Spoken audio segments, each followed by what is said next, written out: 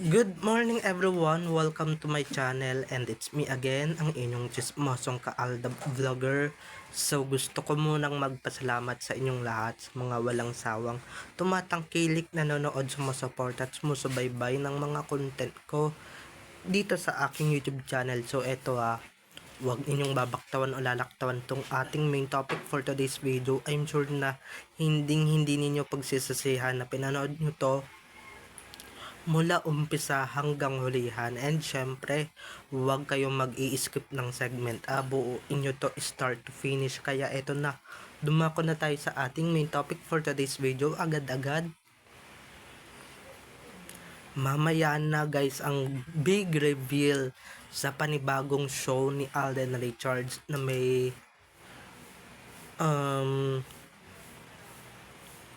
may initials na SOTF. So mamaya na natin malalaman kung ano yon. Pero eto na, ibubunyag ko na kung sino yung mga kasama niya. So eto na guys, watch this. Mamaya ipapaliwanag ko sa inyo ng buong buo. So eto na guys, watch this.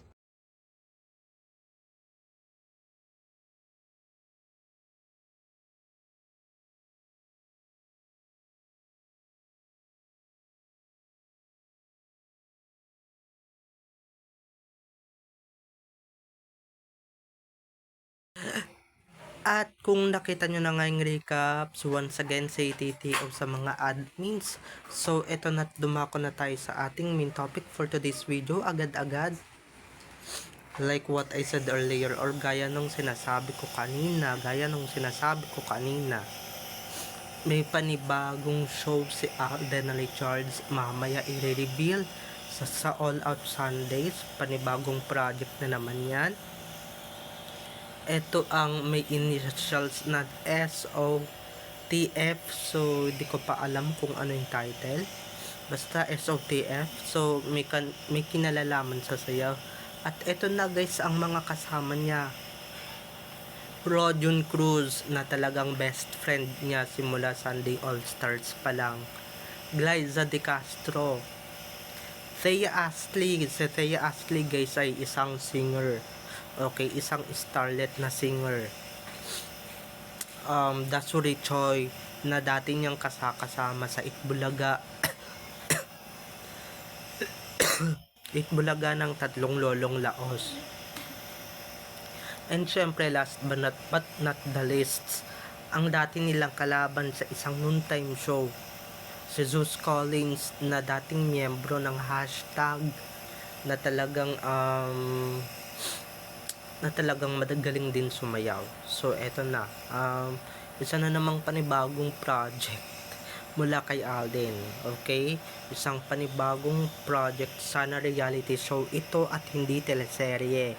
Okay, dahil pag teleserye, alam kong puyatan na naman ito at alam kong puspusan na naman ang taping at saka yung puspusan na naman ang paparating na taping nitong mga to. So I'm very much excited for the first time guys, magkakaroon ng dance contest na programa yung Kanguso Network.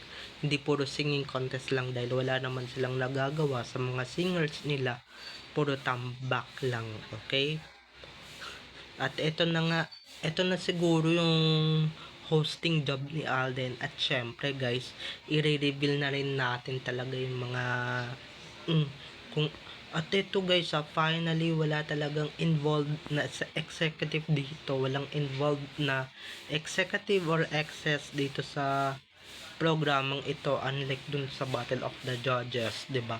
May involved na executive doon. So doon na lang talaga mga ka-Aldab Nation, 'di ba? At ito lang ang sasabihin ko gagamitin nyo na naman si Alden para mag-rating ang programa ninyo. 'Di ba? Para mag-rate at para tauhin ng commercial, tauhin ng advertisers ang programa ninyo. Dahil alam naman nating lahat na pagka si Alden Richards or Alden Richards na yung pangalan na yan, pagka yun talaga yung narinig ninyong pangalan, talagang dadayuhin ng bonggang-bongga yung mga yung dadayo at dadayo yung mga ads, yung mga print ads at yung mga etc. na kung ano-anong mga programa or kung ano-anong mga advertisers, 'di ba? At lalong-lalo na tataas na naman ang ratings nila, so magyayabang na naman sila.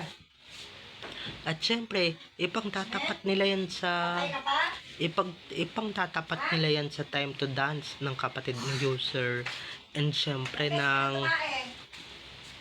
ng co-production ng Myriad Corporation doon sa TV5. Okay? So alam na alam talaga ng GMA kung ano talaga yung ipangtatapat nila, no? Pero ito lang real talk lang.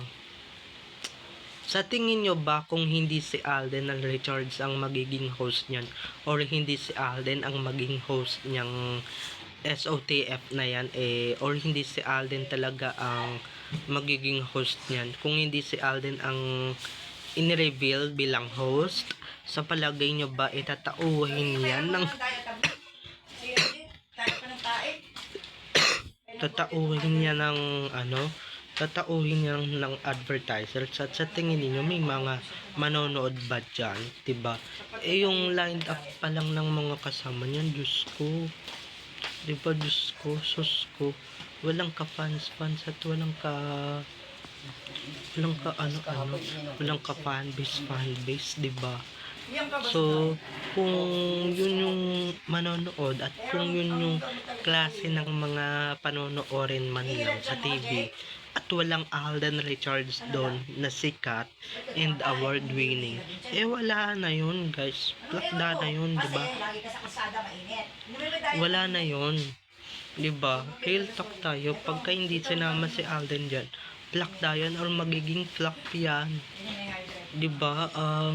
Yun yung sabihin ninyo. Kaya ayan, todo gamit na naman si Alden sa todo gamit na naman si Alden sa kanilang programa or sa kanilang programming, 'di ba? Magbakatotoo na tayo, guys, 'di ba? Maski si Main ginagamit din naman sa mga programa na gusto nilang ibilang si Main. Kaso si Main ayaw niyang magpagamit, ayaw niya magpagamit and ayaw niya magpa-use sa mga alam nilang may mga motibo, 'di ba, na may mga motibo na ganon, okay? May mga ganong instances and may mga ganong equation talaga, mga ka-aldabation. So, ito lang real talk lang naman tayo, okay, mga ka-ADN? Okay, real talk lang naman tayo dito. Hindi yung mga hindi naman tayo ganun ka tama para sabihin na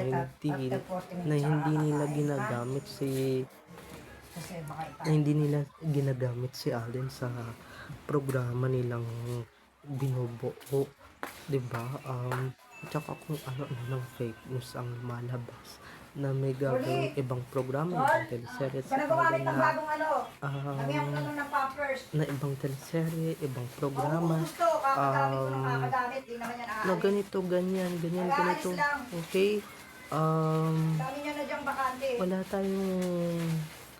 tayong ganyan, okay? Wala na tayong apog-apog na, diba?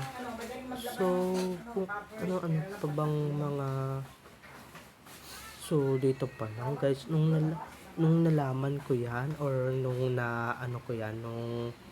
nalaman ko yan, nabasa ko yan, ay talagang, ay nako, ito talagang GMA na to, no? Na talagang kakwenta-kwenta, pagka talaga, doon sila sa tatauhin at doon sila sa dadayuhin ng advertisements, dahil good rate talaga na talagang si Alden talagang gamitin nila, and syempre si Alden talaga ang gamitin nila, Okay? Wala na nga eh, ito So, lang eh. bye-bye na mga ka-ADN. I love you all. Have a nice day. Keep safe and God bless everyone. Wala na Don't yung forget to diet. subscribe to my YouTube Isang channel. diet And kasi syempre, kahapon huwag ninyong ininom ko, kalimutan na i-click sigaret ang notification bell para sa ganon ma-notified kayo sa mga susunod ko pang i-upload ng mga videos tungkol kina Main at Alden. And syempre, tungkol sa kanilang mga buhay-buhay inside or outside man yan sa showbiz. Bye-bye na mga ka-ADN. I love you all. Have a nice day. Keep safe and God bless everyone. Bye-bye.